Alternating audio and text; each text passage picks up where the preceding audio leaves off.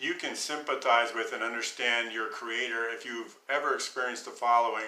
Say if you are in a position of authority as a teacher, a manager at some business, or even as a parent, and you are trying to teach somebody something and you do everything you can to show them all this. I mean, it may be that you must do something, or it may just be that you understand something, and you go through the paces and you teach them, and then at the end you say, okay, do you understand? And they say, yes, I understand.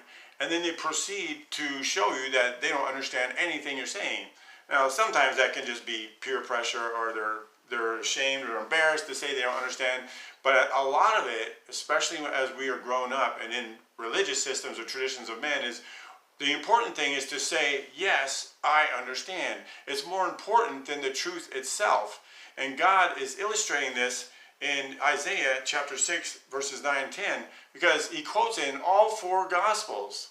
So I want to read that part, at least verse 9, so you know what I'm talking about.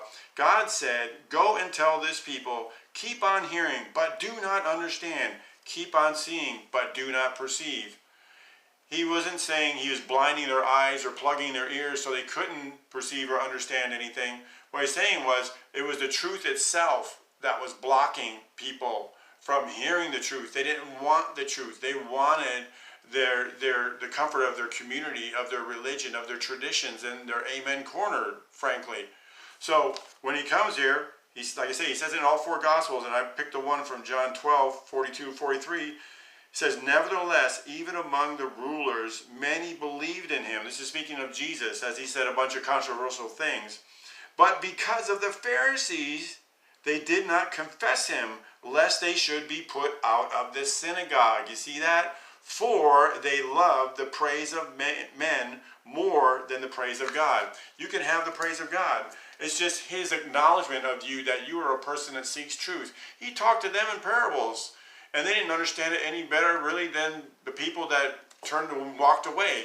But they said, Lord, what does this mean? They sought more. That's the point, is you don't instantly understand everything, but what do you do with it? Do you say, no, I'll just adopt this understandable religion, theology, doctrines of men that I can embrace and have a bunch of people around me saying the same thing? Or am I going to really seek the truth? The 12 really wanted to know the truth, and they were willing to be awkward and embarrassed and cast out for the sake of the truth.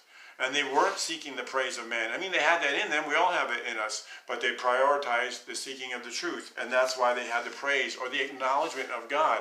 Seek the acknowledgement of God, not the praise of men. Don't fear being cast out of your synagogue or church or group or whatever it is. Seek God, and he will acknowledge you. You will have the praises of God. That is a true statement. And Jesus